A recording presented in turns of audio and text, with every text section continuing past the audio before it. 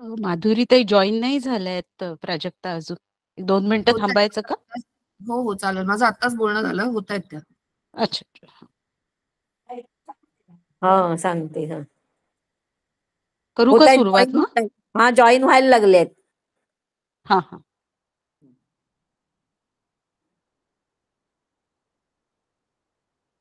सुरुवात करूया. नमस्कार. सुरुवात करा, त्या जॉईन होत आहेत. हा. हा. नमो आदिबोधात्म रूपा परेशा, नमो हंस नारायणा निर्जरेशा, नमो ब्रह्मदेवा वसिष्ठा श्रीरामा, नमो मारुती रामदासाभिरामा. जय जय रघुवीर समर्थ. दासबोध चिंतनिका अभ्यास वर्गात मी सगळ्यांचं स्वागत करते. सर्वप्रथम श्री गुरु डॉक्टर काकांना माझा साष्टांग नमस्कार. आपल्या दोन्ही आचार्य आदरणीय माधुरीताई आणि आदरणीय अलकाताईंनाही माझा साष्टांग नमस्कार. समर्थांना साष्टांग नमस्कार आणि आपल्या सर्वांना माझं अभिवादन. आज आपण चिंतनासाठी जो पहिला समास आहे तो 18व्या दशकातला 9वा म्हणजे निद्रा निरूपण. आपला मेंदू जन्मापासून मरेपर्यंत सतत नाना प्रकारची कामे करतो, पण त्याचं गूढ मात्र अद्यापपर्यंत विज्ञानाला देखील पूर्णपणे उलगडलेलं नाही. तसंच झोपेविषयी देखील गूढ कायमच आहे. आपला मी त्यावेळी कुठे असतो आणि आपण जागे कसे होतो हे अद्यापही अनाकलनीयच. अन्नपाणी इतकीच नव्हे, प्रसंगी त्याहूनही झोपेला अधिक महत्व द्यावे लागते. अन्नपाण्याचा संबंध स्थूल देहाची, तर झोपेचा संबंध स्थूल आणि सूक्ष्म दोन्ही देहांशी असतो. झोपेत माणूस आपला मूळ स्वभावात जातो व तेथून ताजातवाना होऊन बाहेर येतो. या झोपेविषयीचं वर्णन समर्थांनी या समासात केलं आहे. सर्वसामान्य आणि आत्मज्ञानांची झोप यात मात्र फरक असतो. त्यावरही समर्थ यात भाष्य करतात. यावरचं चिंतन आज सादर करणार आहे कपिल कुलकर्णी. मी कपिलला विनंती करते की त्यांनी सुरुवात करावी. कपिल. कपिल. आवाज येतोय माझा? हो येतो. गुरुर्ब्रह्मा गुरुर्विष्णू गुरुर्देवो महेश्वरः, गुरुः साक्षात् परब्रह्म तस्मै श्री गुरवे नमः. शुकासारिखे पूर्ण वैराग्य ज्याचे, वशिष्ठा परिज्ञान योगेश्वराचे, कवी वाल्मिका सारिखा मान्य ऐसा, नमस्कार माझा सद्गुरु रामदासा. जय जय रघुवीर समर्थ. श्री गुरु परमपूज्य डॉक्टर काका आणि सद्गुरु समर्थ रामदास स्वामींच्या श्रीचरणांना वंदन. परमपूज्य मंदाताईंना वंदन. आपल्या वर्गाच्या आचार्या पूजनीय अलकाताई व माधुरीताईंना वंदन. आणि आपणा सर्व सहअध्यायींना सप्रेम अभिवादन करून बहुजिनसी या 18व्या दशकातील निद्रा निरूपण या 9व्या समासावर चिंतनास सुरुवात करतो. विचाराने, विवेकाने, अनुसंधानात राहून अंतर्देव कसा जाणून घ्यायचा याचं सविस्तर विवेचन श्री समर्थांनी अंतर्देव निरूपण या मागील समासातून आपल्यासमोर केले आहे. हा विचार विवेक दृढ होण्यास मागे असलेला मुख्य अडथळा म्हणजे अज्ञान. या अज्ञानाचेच वर्णन निद्रेचे रूपक वापरून समर्थांनी निद्रा निरूपण या समासात केले आहे. दासबोधात समर्थांनी लहानांपासून थोरांपर्यंत आणि बद्धापासून सिद्धापर्यंत सगळ्यांनाच उपदेश केला आहे.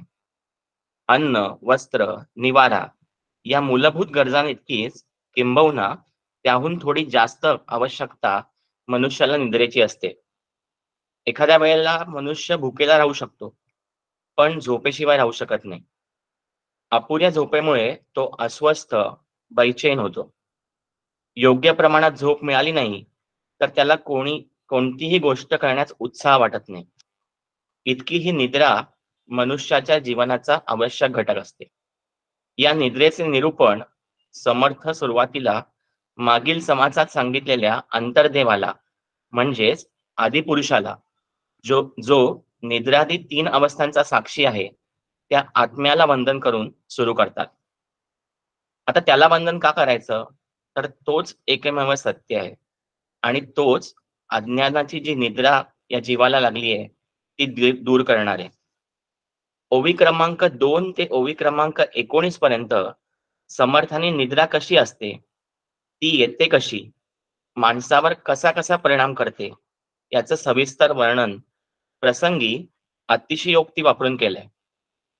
या ओव्या जर आपण पहिल्यांदा वाचल्या तर जणू काही समर्थ आपले आणि आपल्या भोवतीच्या लोकांचेच निद्रेमुळे काय काय अवस्था होते आणि ती मिळवण्यासाठी आपण काय काय धडपड करतो याचं वर्णन करतात असं वाटतं.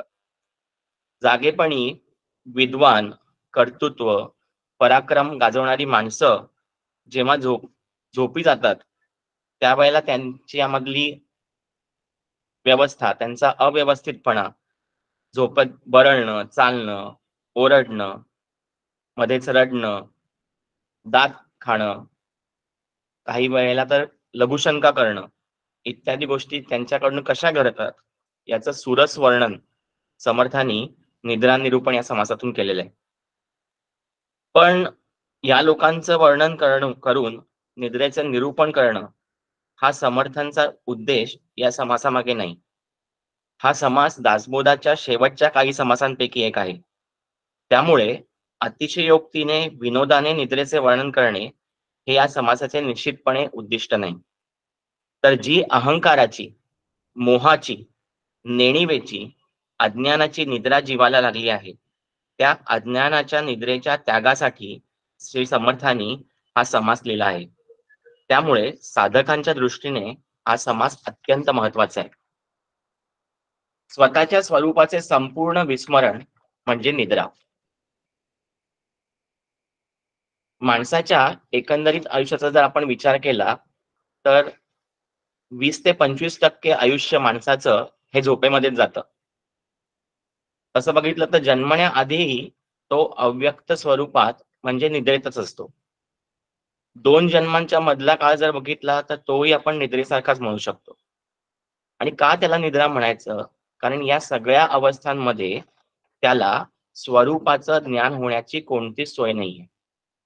जागेपणी शरीर व इंद्रिये दृश्य विश्वातील विषय भोगून वासनांच्या पूर्ततेसाठी धडपड करून ज्यावेळी झोपी जातात आणि त्यानंतर जेव्हा ती जागी होतात आणि जेव्हा माणूस जागा होतो अशा झोपेनंतर त्यावेळेला तो ताजातवाना का होतो याचा जर आपण विचार केला तर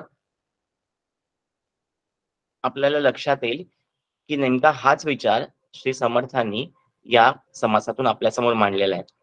कारण सुषुप्ती या अवस्थेचा जर विचार केला तर तो केवळ आपल्या शास्त्रांनी, पंचदशी सारख्या आपल्या शास्त्र ग्रंथांनी आणि संत साहित्यामध्ये विस्तृतपणे केलेला आपल्याला दिसून येईल.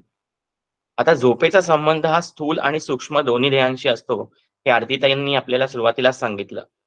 झोपेमध्ये मनुष्य आपल्या मूळ स्वरूपाशी एकरूप होतो, जे स्वरूप ज्ञानरूप सुखरूप आहे. त्यामुळे झोपेनंतर आपल्याला फ्रेश वाटतं. पण ह्याची आपल्याला जाणीव नसल्याने आपण अज्ञानाच्या निद्रेतच लोळत पडतो. कारण निद्रा ही अधोगतीची स्थिती आहे. पण ज्यावेळी आपले शुद्ध पुण्य उदयाला येतं त्यावेळी संतांचा सहवास, सद्गुरूंची प्राप्ती होते व खरं ज्ञान म्हणजे काय, अज्ञान म्हणजे काय हे कळण्याची सोय होते. अज्ञान दूर होऊन ज्ञान प्राप्तीकडे सद्गुरु कृपेने वाटचाल सुरू होते आणि त्याचाच उल्लेख समर्थाने इथे या 20व्या ओळीमध्ये केलाय. इकडे उजेडाया झाली.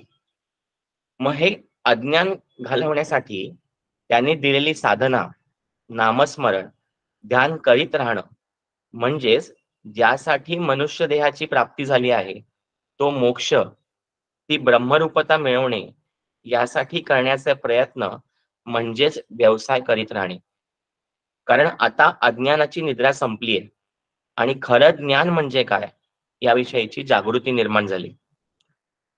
हे ज्ञान, ही जागृती सद्गुरु कृपेशिवाय शक्य नाही.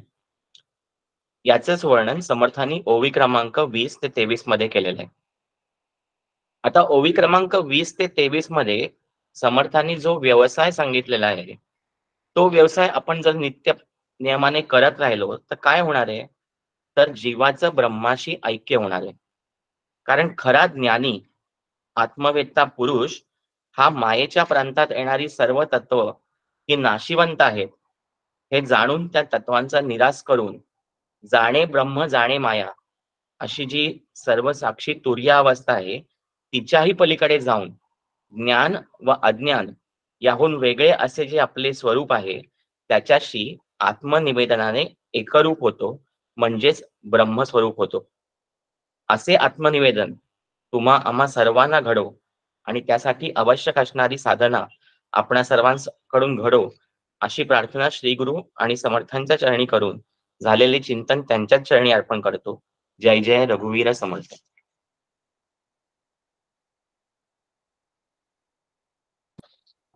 कपिल, छान झालं चिंतन. केवळ निद्रेचं नुसतं वर्णन करण्यासाठी समर्थांनी याचं, आणि विशेषतः या टप्प्यावर 18व्या समासाचा शेवट होता होता समर्थांनी नक्कीच त्यासाठी फक्त इथे योजलेलं नाहीये, तर ते काय कारणासाठी योजलंय ते खूप छान पद्धतीने समजावून सांगितलं की अहंकार, नेणीव, आपल्या स्वरूपाची नेणीव आणि अज्ञानाची निद्रेत आपण सगळे काय गुरफटलो गेलेलो आहोत आणि या सगळ्याचा त्याग करणं ही खरी निद्रेतनं जाग होणं आहे. म्हणजे सद्गुरु कृपेने अज्ञान दूर होऊन ज्ञान प्राप्त होणं म्हणजे खरं निद्रेतनं जाग होणं. आणि खूप छान पद्धतीने सगळ्या समासाचा आढावा घेतला. यानंतरचा जो समास आहे, आजचा दुसरा समास, तो आहे श्रोता अवलक्षण निरूपण. नावावरून साधारण आपल्याला अंदाज येतोच, त्याप्रमाणे श्रवणाचे निरनिराळे प्रतिबंध या समासात समर्थांनी वर्णन केले आहेत. सत्पुरुषाची वाणी श्रवण करणे ही पवित्र साधना आहे, पण बहुसंख्य श्रोते असे नसतात. सत्पुरुषाच्या सांगण्याचा उत्तम परिणाम घडण्यास श्रोत्याचं अंतःकरण शुद्ध पाहिजे. शरीर आणि मन चांगल्या अवस्थेत असावं लागतं आणि याविषयीचं विवरण या समासामध्ये समर्थांनी केलंय. समर्थांच्या अगदी बारीक निरीक्षण शक्ती आणि मनुष्य स्वभावाची उत्तम ओळख त्यांना कशी होती, किती जाण होती, याची प्रचिती पुन्हा एकदा आजच्या दोन्ही समासातून आपण मागच्याही समासात पाहिली, याही समासात ती येईल आपल्याला. यावरचं चिंतन सादर करणार आहे मृणाल कुलकर्णी. मृणालला मी विनंती करते की तिने सुरुवात करावी. मृणाल. आवाज येतोय माझा? हो, येतो. सदा सर्वदा योग तुझा घडावा, तुझे कारणी देह माझा पडावा. पेक्षू नको गुणवंता अनंता, रघुनायका मागणे हेची आता. शुका सारिखे पूर्ण वैराग्य जाचे, वसिष्ठा परिज्ञान योगेश्वराचे. कवी वाल्मिका सारिखा मान्य ऐसा, नमस्कार माझा सद्गुरु रामदासा. परमपूज्य डॉक्टर काकांना साष्टांग नमस्कार. परमपूज्य मंदाताईंना साष्टांग नमस्कार करते. समर्थांना साष्टांग नमन. आपल्या दोन्ही आचार्या आदरणीय अलका मावशी व माधुरी मावशी, आपण दोघींनाही वंदन करते आणि माझ्या सर्व सहपाठींना अभिवादन करते. मला चिंतनासाठी आलेला विषय म्हणजे बहुजिनसी दशक 18 समास 10वा श्रोता अवलक्षण निरूपण. तर त्याच्यावर थोडंसं चिंतन मांडायचा प्रयत्न करते. दृश्य विश्वाचे ज्ञान असो की आणि सूक्ष्म आत्म्याचे ज्ञान असो, ते प्राप्त करून घेण्यास सतत मनन आणि एकाग्रता या दोन शक्तींची आवश्यकता असते. मन एकाग्र करून सूक्ष्म चिंतन होण्यास कोणत्या गोष्टी आड येतात हे सांगण्यासाठी समर्थांनी हा समास लिहिला आहे. तर समर्थांनी पहिल्या 5 ओव्यात असे म्हटले आहे की कार्य करताना काळ कधी अनुकूल होतो तर कधी प्रतिकूल असतो असे म्हटले आहे. म्हणून शहाणी माणसे प्रयत्न करीत राहतात व यश मिळवण्यासाठी अनुकूल काळाची वाट बघतात. सर्वांनाच काळाचे सहाय्य मिळाले असते तर आज सर्वच जण सम्राट व राजे असते. परंतु काही वेळा यश तर काही वेळा अपयश हे जीवनाचे स्वरूपच आहे. व्यावहारिक विवेकाने प्रपंचाला यश व आध्यात्मिक विवेकाने मोक्षसिद्धी ही दोन्ही जर कोणाला साधली तर लोकांना त्याचे मोठे आश्चर्य वाटणे साहजिक आहे. पण हे ईश्वरी कृपेचे फळ असते. आपले डॉक्टर काका असेच आहेत. पुढील काही ओव्यात समर्थ म्हणतात, चांगल्या कार्यात ज्याप्रमाणे विघ्ने येऊ शकतात तसेच श्रवणातही अनेक विक्षेप येतात. श्रवण म्हणजे काय हे आपण सर्वांनी पूर्वीच्या समासात बघितलेलेच आहे. अद्वैताला अनुकूलाचा स्वीकार व अद्वैताला प्रतिकूलाचा त्याग अशा पद्धतीने केलेल्या वेदांत वाक्याच्या तात्पर्याच्या निश्चयाला श्रवण असे म्हणतात. दासबोधामध्ये समर्थांनी वेगवेगळ्या भूमिकेतून श्रवणाचे स्वरूप स्पष्ट केले आहे. जसे की दशक 7-8, 7-9, 17-3 आणि हा 18-10. दुसऱ्याकडून श्रवण करून आपल्याला कळत जाते, त्यामुळे आपली वृत्ती निवळते आणि मग सार कोणते असार कोणते याचे निश्चित ज्ञान होते. श्रवण म्हणजे अध्यात्मशास्त्र ऐकणे होय. मनन म्हणजे धारणा म्हणजे मनात धरणे होय. श्रवण कोणासारखे करावे तर श्रवण परीक्षितासारखे करावे.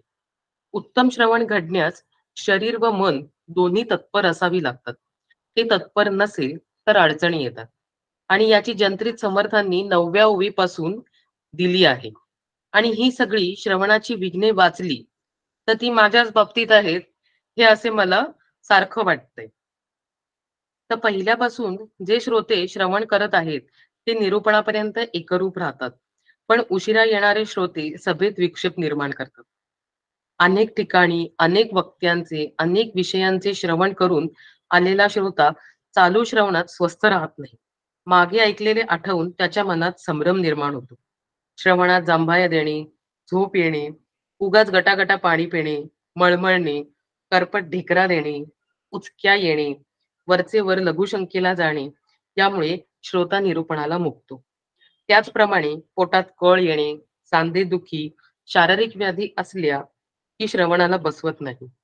बाहेर जरा मोठा आवाज झाला, गलका झाला तरी श्रोता तिकडेच वळतो. अशा एक ना अनेक गोष्टी समर्थांनी इथे सांगितल्या आहेत.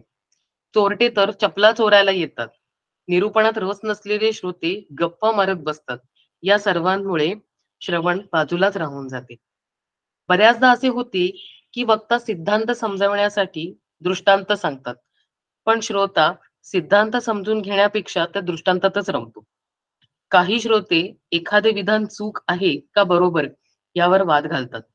काही व्यासंगी श्रोते सांगितलेल्या श्रवणाच्या पुढचे बोलतात, त्यामुळे सामान्यांना काही समजेनासे होते आणि स्वतःचा मोठेपणा मिरवतात.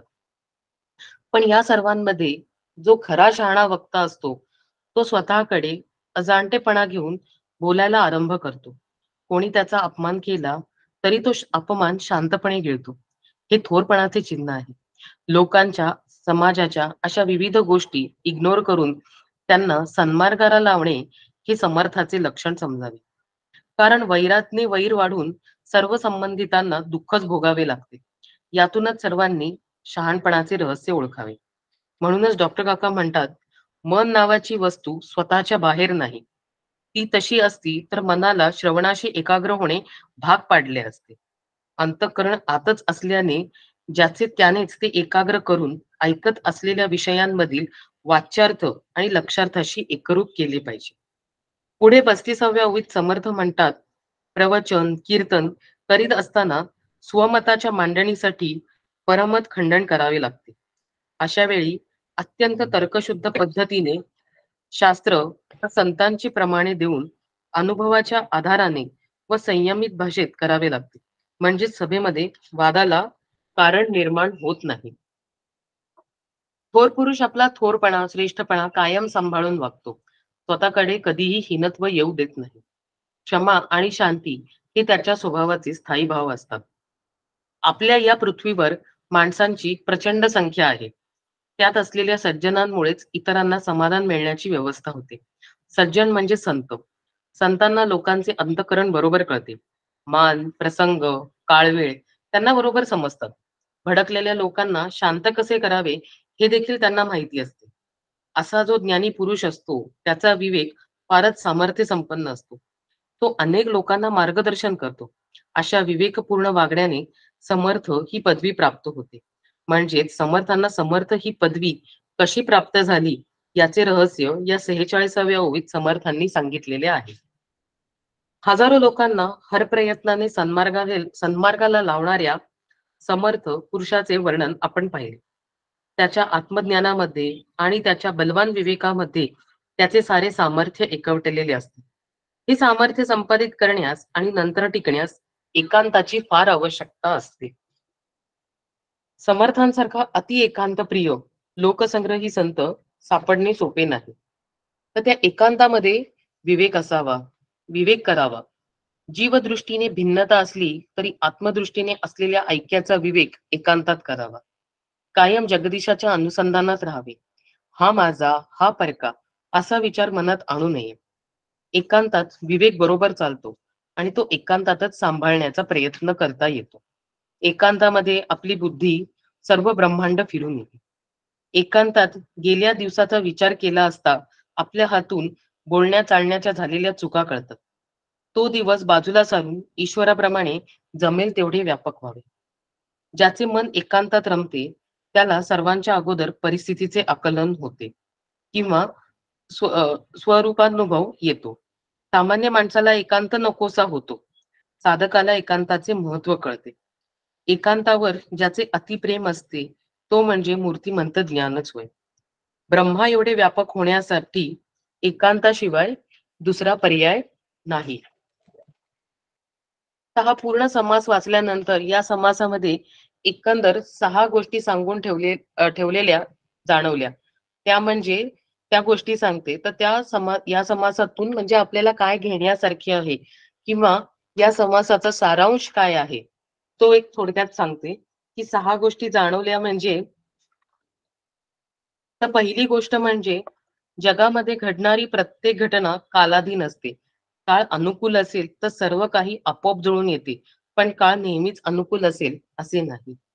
दुसरी गोष्ट म्हणजे जगामध्ये प्रत्येक माणसाला दुसऱ्याकडून शिकावे लागते. दुसऱ्याकडून श्रवण करून व दुसऱ्याचे पाहूनच कोणताही माणूस ज्ञानी बनतो. तिसरी गोष्ट म्हणजे एकाग्र चित्ताने श्रवण आणि त्यावरील सतत चिंतन हाच परमार्थ साधण्याचा राजमार्ग आहे. चौथी गोष्ट म्हणजे आपणच आपले मन आवरायला पाहिजे. पाचवी गोष्ट म्हणजे क्षमा व शांती हे खऱ्या थोरपणाचे लक्षण समजावे. आणि 6वी आणि सगळ्यात महत्वाची गोष्ट म्हणजे मानवी जीवनात एकांताचे फार फार महत्व आहे. ज्या माणसाला एकांत पचनी पडतो तो फार लवकर ब्रह्मज्ञानी बनतो. झालेले सर्व चिंतन सद्गुरूंच्या चरणी समर्पित करते. जय जय रघुवीर समर्थ. मृणाल अगदी छान पद्धतीने संपूर्ण समासाचा आढावा घेतला. श्रवण कशा रीतीने करावं याचं सगळं ओव्यांच्या आधाराने खूप छान समजावून सांगितलं. मन एकाग्र करणं हे ज्याचं त्यालाच करावं लागतं हे महत्वाचं निरीक्षण डॉक्टर काकांनी काय म्हटलंय ते त्याच्यावरनं खूप म्हणजे समजलं व्यवस्थित.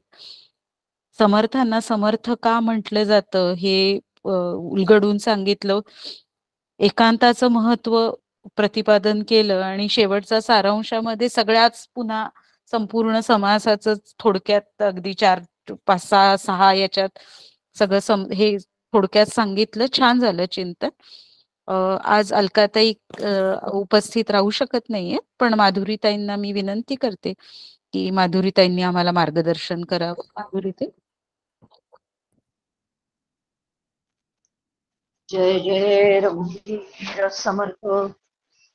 गणेश शारदा चैव सद्गुरु सज्जनस्तथा आराध्य दैवतं गुह्यं सर्वमे रघुनंदनः.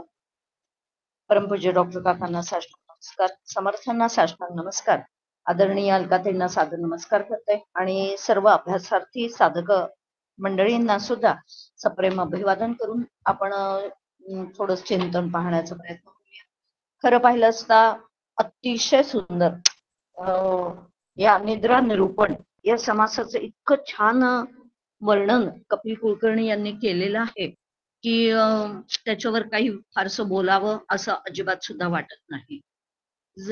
आणि समर्थांची हे एक वैशिष्ट्य आपल्याला याच्यामध्ये पाहायला मिळतं की किती बारीक निरीक्षण समर्थांनी केलेलं आहे. समर्थ ज्यावेळेस अशा पद्धतीने तीर्थाटन करत होते तेव्हा या सगळ्या गोष्टी समर्थांनी पाहिलेल्या आहेत आणि ह्या प्रत्येक गोष्ट त्यांनी त्याची नमूद केलेली दिसते आपल्याला निद्रा निरूपणामध्ये. आता हे वाचताना सुद्धा आपल्याला हसायला येतं, आपल्याला आश्चर्य वाटतं. समर्थांची ही जी काही शैली आहे ही काही आगळी वेगळी आहे आणि ह्या आगळ्या वेगळ्या शैलीतून समर्थांनी या निद्रा निरूपणाचा विचार जो आहे तो कपिलनी त्याचा आध्यात्मिक अर्थ कशा पद्धतीने लावून घेतला हे फारच महत्वाचं आहे. कारण नाहीतर वरवर पाहिलं तर वास्तविक पाहता हे अनेक लोक कशा पद्धतीने निद्रा घेतात आणि त्याचं वर्णन जे आहे तर असं आपल्याला वाटतं.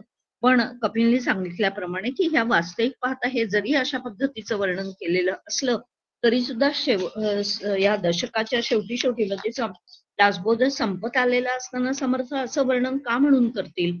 तर एक गोष्ट ही आहे की खरं पाहिलं असता हे समास जे आहेत ते नंतर नंतर त्याच्यामध्ये समर्थांनी घातलेले आहेत. त्यामुळे त्या ठिकाणी हे वर्णन सुद्धा जे समर्थांनी केलेलं आहे ते निद्रा घेणाऱ्या माणसांचं सुद्धा एक प्रकारे आहे. पण दुसरी गोष्ट जी काही आहे ती म्हणजे ते म्हणतात की अशा पद्धतीने हे निद्रा घेणारे त्यांचं वर्णन समर्थ का म्हणून करतील हाही पण एक प्रश्न आपल्या डोळ्यासमोर उभा राहतो.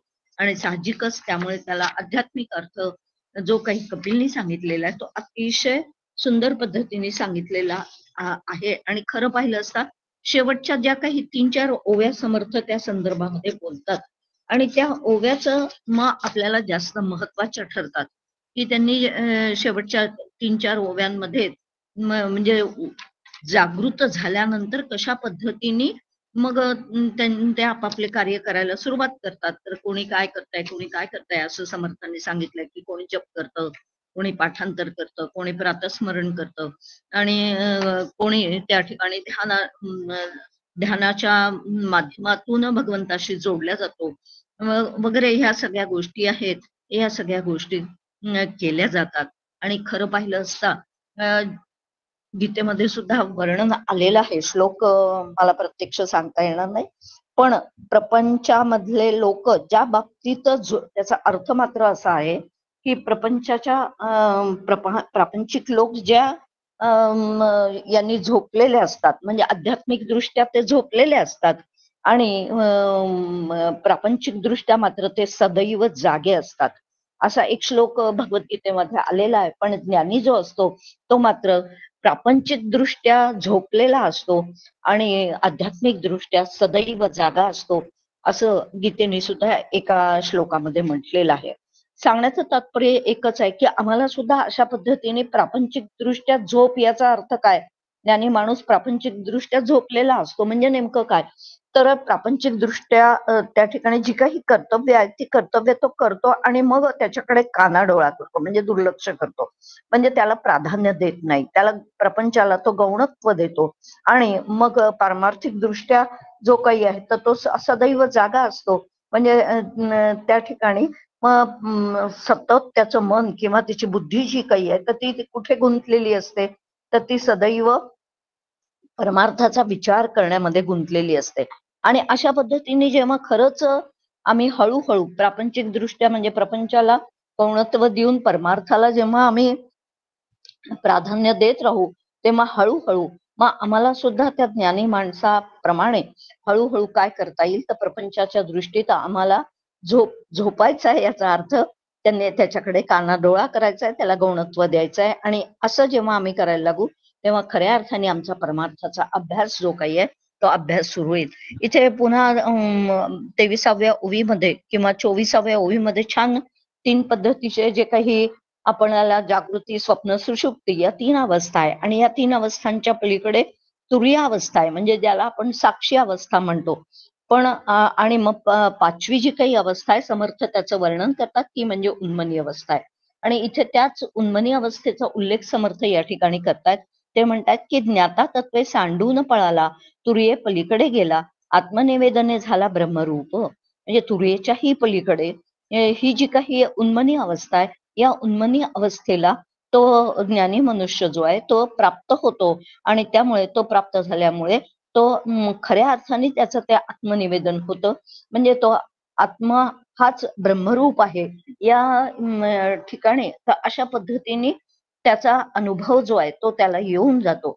सांगण्याचं तात्पर्य एकच आहे तर ही निद्रा निरूपण जे काही समर्थ या ठिकाणी करतायत, तर खऱ्या अर्थाने आमची निद्रा कशी असली पाहिजे, म्हणजे कोणत्या बाबतीत आम्ही निद्रा केली पाहिजे आणि कोणत्या बाबतीत आम्ही जागृत झालं पाहिजे, हे समर्थच या समासामधून आम्हाला सांगताहेत की सातत्याने आपल्या हिताविषयी आपण जागरूक राहणं आणि जागरूक राहून तशा प्रकारची साधना करायला प्रवृत्त होत राहणं हेच फार महत्वाचं आहे. आणि हे जोपर्यंत आम्हाला, कारण सतत संत आम्हाला काय करतात, तर संत आम्हाला सदोदित जागृत करण्याचं काम करत असतात. आणि म्हणून संतांचा उपदेश, संतांचं त्या ठिकाणी ग्रंथ वाचन, अभ्यास करणं हे जे काही आहे हे आम्हाला सातत्याने करणं अतिशय आवश्यक आहे. त्याशिवाय आम्हाला तुर्यावस्थेपर्यंतही जाता येणार नाही. आणि म्हणून या 3 वास्तविक पाहता या 3 अवस्था ज्या काही आहे, जागृत, स्वप्न आणि सुषुप्ती, पण या 3 अवस्थांचा साक्षी जर कोण असेल तर तो म्हणजे आत्मा नावाचं तत्व आहे. आणि तो साक्षी मी आहे असा विचार जेव्हा आपण करतो तेव्हा सुद्धा खरी ते आता कपिलने सांगितलंच की जाणे ब्रह्म जाणे माया, याचे नाव काय, तुर्या अवस्था त्याला म्हटलेलं आहे. म्हणजे एकीकडे मी ब्रह्म आहे हा विचारही त्याच्या अंतःकरणामध्ये आहे आणि एकीकडे तो मायेला सुद्धा जाणतोय. मग जोपर्यंत अशा पद्धतीने हे दोन्ही त्याचं जाणणं चाललेलं आहे तोपर्यंत ती तुर्यावस्था आहे. पण जेव्हा त्याचं ते जाणणं पूर्णपणे संपून जातं आणि तो परमात्म्याशी एकरूप होतो, म्हणजे आत्मस्वरूप होऊन जातो, म्हणजे जीव भाव त्याचा पूर्णपणे जेव्हा गळतो, तेव्हा मग तिथे कुठल्याही प्रकारचं जे काही असं अशा पद्धतीने, म्हणून त्यांनी ज्ञान आणि अज्ञान या 2 शब्दांचा उल्लेख कपिलने केलेला आहे की ती ज्ञानही राहत नाही आणि अज्ञानही राहत नाही. अशी जी काही अवस्था आहे ती ब्रह्मरूप अवस्था आहे आणि त्या अवस्थेपर्यंत आपल्याला जाता आलं पाहिजे. आणि निद्रा हळूहळू का होईना पण आमची निद्रा, याचा अर्थ एका अर्थाने आळस सुद्धा असा विचार या ठिकाणी आपल्याला घेता येऊ शकतो की जेव्हा माणसाच्या अंतःकरणामध्ये आळस भरलेला असतो तेव्हा उगीचच्या उगीच जाग आलेली असताना सुद्धा तो बिछाण्यावर लोळत पडतो. तर तसं बिछाण्यावर लोळत पडणं हे तर अजिबातच समर्थांना अजिबात मान्य नाही. आणि समर्थ म्हणतात की हळूहळू आपल्या अंतःकरणातला आळस सुद्धा आपण काय तर झटकून टाकला पाहिजे आणि झटकून टाकून सातत्याने आपण त्या ठिकाणी काय झालं पाहिजे तर जागृत झालं पाहिजे. आता त्यानंतरचा समास जो आहे तो श्रोता अवलक्षण निरूपण. आता हा श्रोता अवलक्षण निरूपण सुद्धा खूप सुंदर समास आहे की श्रवण करत असताना काय काय, आणि तो मृणाल कुलकर्णींनी अतिशय उत्तम पद्धतीने ते सगळं काही सांगितलेलं आहे. कसे कसे आपल्याला श्रवणामध्ये प्रतिबंध निर्माण होतात आणि ते प्रतिबंधच मग आम्हाला एकाग्रतेने कशा पद्धतीने श्रवण करू देत नाहीत वगैरे, असा हा सगळा विषय मृणालनी सुद्धा अतिशय सुंदर मांडलेला आहे. आणि म्हणून खरं पाहिलं असता काही सुद्धा इथे बोलण्याची आवश्यकता नाही, पण तरी सुद्धा थोडासा विचार जो आहे तो विचार आपण याही संदर्भात करण्याचा प्रयत्न करूया की खऱ्या अर्थाने श्रवण जे आहे ते श्रवण, खरं श्रवण कशाला म्हणायचं, आणि त्याची व्याख्या सुद्धा आपण पाहिली की खरं श्रवण जे आहे तर ते म्हणजे जीव ब्रह्मैक्याचं निश्चय जो काही आहे तो, त्याचं तात्पर्य जीव ब्रह्म ऐक्याचं जे तात्पर्य आहे तर त्या म्हणजेच वेदांताचं जे तात्पर्य आहे तर ते म्हणजे काय तर जीवच मुळात ब्रह्मस्वरूप आहे हे त्याचं तात्पर्य आहे. आणि या तात्पर्याच्या निश्चयाला श्रवण असं म्हणतात, असं आपल्याला संत सांगतात, शास्त्र सांगतं. आणि त्या दृष्टिकोनातून हा निश्चय जोपर्यंत आमचा होत नाही तोपर्यंत आमचं एकाग्रतेने श्रवण होऊ शकत नाही. आणि म्हणून हा निश्चय करण्यासाठी पुन्हा पुन्हा पुन्हा पुन्हा का ऐकावं. समर्थांची अतिशय सुंदर एक ओवी आहे. समर्थ एका ठिकाणी असं म्हणतात श्रवणाच्या संदर्भामध्ये की सेविलेची सेवावे अन्न, घेतलेलेची घ्यावे जीवन, तैसेची श्रवण आणि मनन केलेची करावे. की सातत्याने आपल्याला रोजच्या रोज आपल्या जीवनामध्ये आपला देह टिकून राहण्यासाठी आपल्याला ज्याप्रमाणे रोजच्या रोज अन्न आणि पाणी, हवा वगैरे या सगळ्या गोष्टींची अत्यंत आवश्यकता आहे, अगदी त्याचप्रमाणे रोजच्या रोज आमच्या याच्यामध्ये काय असलं पाहिजे तर श्रवण असलं पाहिजे. आणि नुसतं श्रवणही करून उपयोगाचं नाही तर त्याला मननाची जोड असली पाहिजे. आणि म्हणून आपण जी आरती म्हणतो, परम सद्गुरु परमार्थाप्रत न्यावी माझी मती वगैरे, त्यात शेवटचं कडवं आहे पहा, की काय स्वाध्यायाने उमजावी मज माझ्या मधली शक्ती. आणि मग हा स्वाध्याय म्हणजे श्रवण म्हणून जेव्हा आम्ही एखाद्या सद्ग्रंथाचं सातत्याने रोजच्या रोज, जसं रोजच्या रोज आपल्याला या सगळ्या गोष्टींची आवश्यकता आहे, तशी रोजच्या रोज आम्हाला श्रवण मननाची आवश्यकता आहे. आणि म्हणून चिकाटीने सातत्याने हे श्रवण जे आहे आणि अतिशय मनापासून, हे फार अंडरलाईन करावं लागेल की उगाच करायचंय म्हणून करायचं आहे, तर असं श्रवण करता उपयोगाचं नाही की मी काहीतरी नेम केलाय म्हणून मला केवळ ते वाचायचं आहे किंवा त्याचं श्रवण करायचं आहे. तर असं करून चालणार नाही. जे काही आम्ही थोडंसं श्रवण करा, पण श्रवण केलेल्यावरती मनन होणं फार महत्वाचं आहे, की त्याची धारणा जी काही आहे ती धारणा अंतःकरणामध्ये अधिकाधिक रुजली पाहिजे. आणि ती जशी जशी रुजत जाईल तसं तसं मग आमचा जीव ब्रह्मैक्याचा जो निश्चय आहे तो निश्चय आमचा हळूहळू होत जाईल. आणि असा निश्चय करणं हेच फार गरजेचं आहे. आणि तोपर्यंत श्रवण मनन थांबता उपयोगाचं नाही असं आपल्याला शास्त्र सांगतं. आणि त्या दृष्टिकोनातूनच हा समास अत्यंत महत्वाचा आहे, की श्रोत्याला कशा पद्धतीने किती किती पद्धतीने अडचणी येतात आणि तो कशा पद्धतीने अत्यंत चांचल्यतेने तो कशा पद्धतीने श्रवण करतो. तर त्या श्रवणामध्ये हे अजिबातच अपेक्षितच नाही आहे संतांना. आणि म्हणून आपलं श्रवण कसं झालं पाहिजे, काय झालं पाहिजे याविषयी खूप उहापोह जो काही आहे तो समर्थांनी या समासात आपल्याला केलेला दिसतो आहे. आणि म्हणूनच खऱ्या अर्थाने हे असं जर का समर्थांच्या सांगण्याप्रमाणे श्रोता अत्यंत जागरूक असेल, त्याच्यातले अवलक्षण सगळे निघून गेलेले असतील आणि तो जर का अतिशय एकाग्रतेने श्रवण करेल, तर त्याला त्याची पायरी म्हणजे जे ध्येय आहे ते ध्येय त्याला गाठायला फारसा वेळ लागणार नाही. कारण त्याच्यातला विवेक जो आहे तो विवेक मग सातत्याने काय राहील तर वर राहील. म्हणजेच तो विवेकाने सतत वागण्याचा तो सतत प्रयत्न करेल. आणि असा जर का सतत प्रयत्न झाला तरच मग तो त्याच्या ध्येयापर्यंत खऱ्या अर्थाने जाऊन पोचू शकतो. आणि म्हणून खूप सुंदर सुंदर ओव्या आणि त्यात त्यांनी सांगितलंय मनाच्या श्लोकातही, एकांत ज्याला मानला तो म्हणतात की त्या सर्वाधिक कळेत त्याला. असा ज्याला एकांत पचनी पडलेला आहे, मानलेला आहे म्हणजे काय, त्याला पचनी पडलेला आहे, त्या अवघ्या आधी कळे त्याला, असं समर्थ इथे जे काही म्हणतायत. तर त्याचं कारणच असं आहे की सातत्याने, कारण समर्थांची आणखीन एक ओवी आहे, काही एकांत काही गलबला काही काय निवळ ऐसा कंठीत जावा काळ, असं समर्थ एका ठिकाणी म्हणतात. अर्थातच एकांतात बसून आपण आपलं आत्मपरीक्षण करणं फार महत्वाचं आहे. आणि आत्मपरीक्षण जोपर्यंत आमच्याच्याने होत नाही तोपर्यंत मग काय होणार नाही, तर आमचे अवगुण आम्हाला लक्षात येऊन आम्ही ते टाकण्याचा प्रयत्न करणार नाही. आम्ही कुठे कमी पडतोय, आम्हाला अजून का आमचं ध्येय साध्य होत नाही आहे, यासाठी स्वतःचं आत्मपरीक्षण करणं अतिशय गरजेचं आहे. आणि हे आत्मपरीक्षण जेव्हा साधक सातत्याने करत राहील तेव्हा, आणि मग तो एकांतामध्ये सुद्धा त्याला काय तर तो पचनी पडेल. घर खायला उठतं. काका म्हणतात की काय, आता एवढं मोठं घर आहे, आता तो एकांत जो आहे की घरात कोणी आता राहिलेलं नाही, दोघं जण घरामध्ये असतात, मुलं सगळी शिक्षणानिमित्त किंवा काय नोकरीनिमित्त बाहेरगावी परदेशात गेलेली असतात. आता घर कसं खायला उठतं, कारण काय, ते एकांताची सवयच नाही. आणि एकांताची सवय कधी पहिल्यापासून केली नाही, आणि मग ती अशा म्हातारपणी कशी काय ती एकांताची सवय होणार आहे. आणि म्हणून समर्थ मनाच्या श्लोकामध्ये एका ठिकाणी असं म्हणतात की ते म्हणतात की तारुण्य काय सदा सेवी आरण्य तारुण्य काळी.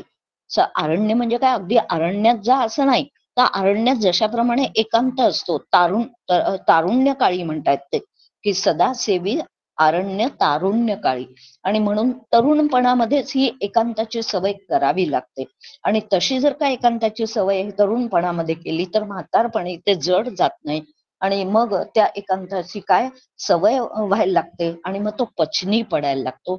आणि अशा एकांतामध्येच खऱ्या अर्थाने मग माणसाला अनेक चांगले चांगले विचार जे काही आहेत तो, कारण विवेक सातत्याने त्याचा जागृत होतो आणि त्याला ते विचार सुचायला लागतात. आणि त्या विचारानुसारच मग त्या हळूहळू त्याची प्रगती जी काही आहे ती त्याला साध्य होऊ शकते. आणि म्हणून या समासामध्ये सुद्धा समर्थांचा कितीतरी वेळा विवेक हा शब्द आलेला आहे. आणि म्हणून विवेक एकांती करावा जगदीश धारणेने धरावा असं सुद्धा समर्थ या समासात 47व्या ओवीमध्ये आपल्याशी बोलताना दिसत आहेत. सांगण्याचं तात्पर्य एकच आहे की समर्थांचा हा जो काही विवेकावरती भर आहे तो विवेक तुमच्या आमच्या अंतःकरणात अखंड जागृत राहायला पाहिजे. तो त्याचा आम्ही सातत्याने जेव्हा वापर करू तेव्हा त्या वेळच्या वेळी सगळ्या गोष्टी आम्हाला आठवतील. आम्ही जर का त्याचा वापर केला नाही तर मग आम्हाला अरे हे मला त्यावेळेस सुचलं नाही, अरे असं मी करायला पाहिजे होतं वगैरे अशा ज्या गोष्टी आहेत तर त्या तशा घडणार नाहीत. तर वेळच्या वेळी मला त्या सगळ्या गोष्टी आठवतील आणि वेळच्या वेळी आठवून मला त्याचा उपयोग जो काही आहे माझ्या जीवनामध्ये मला करता येईल. आणि त्या दृष्टिकोनातूनच समर्थ या समासामध्ये सातत्याने तुम्हा आम्हाला पुन्हा पुन्हा काय करतायत तर कुठे कुठे आपण चुकतो ही अवलक्षणं आम्हाला दाखवून देतात की श्रोता म्हणून आमची भूमिका काय आहे आणि ही श्रोता म्हणून भूमिका असताना मग आम्ही कशा पद्धतीने ते श्रवण करतोय. पुष्कळदा आपण असं पाहतो की काय होतं की ऑनलाईन जेव्हा काही असे वर्ग चालतात तेव्हा बऱ्याच ठिकाणी काहीतरी आपण एकीकडे काम करणं चाललेलं आहे, एकीकडे श्रवण चाललेलं आहे. तर असं बऱ्याचदा होऊ शकतं आणि असं जेव्हा होतं तेव्हा खऱ्या अर्थाने ते श्रवण होत नाही. आणि ते श्रवण होत नसल्यामुळे मग ते नेमकं जे काही त्याच्यामध्ये सांगितलेलं आहे तर ते सांगितलेलं आपल्याला लक्षातही राहत नाही, किंबहुना ते सांगितलेलं अंतःकरणात ठसत सुद्धा नाही. सांगण्याचं तात्पर्य अशा पद्धतीने अतिशय एकाग्रतेने ते श्रवण करावं असं समर्थांचं तुम्हा आम्हाला सांगणं आहे.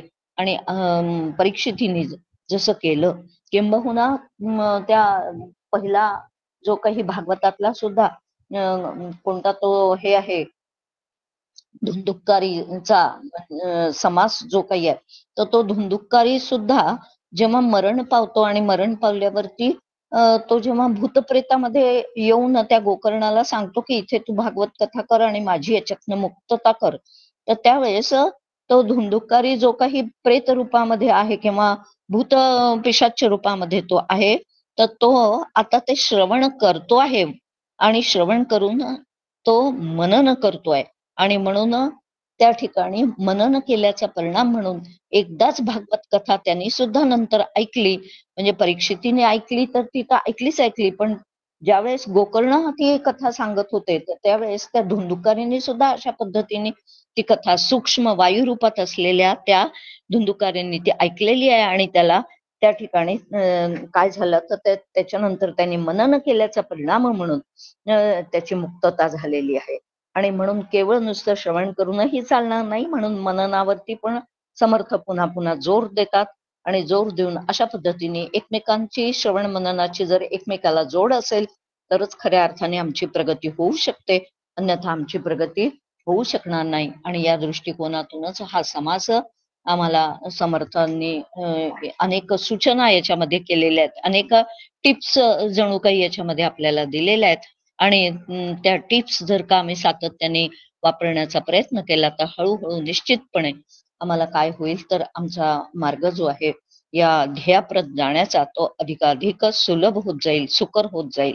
आम्ही एकदा स्वामी स्वरूपानंदांचं जे पुलगाव नावाचं गाव आहे, कदाचित पुण्यापासून जवळ आहे, बऱ्याच जणांनी ते पाहिलं सुद्धा असेल, तर सहज एकदा तिथे दर्शनासाठी म्हणून गेलेलो होतो आणि तिथे एवढा एकांत होता.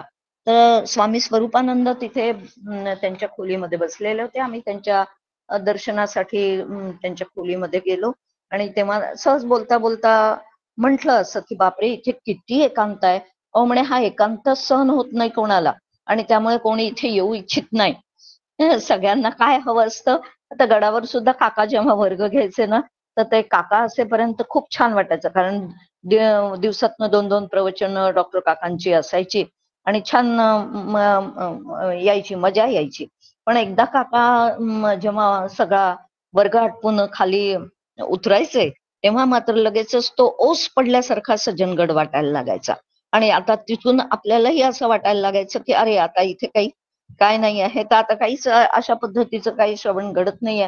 म्हणजे तिथे असणारा तो एकांत सुद्धा आम्हाला काय होत नाही तर पचनी पडत नाही, आम्हाला तो तशा पद्धतीने एकांतात राहण्याची अजिबात सुद्धा सवय नाही आणि म्हणून मग ते आम्हाला काय नको वाटायला लागतं. सांगण्याचं तात्पर्य एकच आहे की अशा पद्धतीने समर्थ आम्हाला याही समासामध्ये अत्यंत जागृत करताना दिसतात. आणि एवढं बोलून मी माझं चिंतन जे काही आहे ते चिंतन आता इथे थांबवते. समर्थ चरणी ते समर्पित करते आणि वाणीला विराम देते. जय जय रघुवीर समर्थ. धन्यवाद माधुरीताई.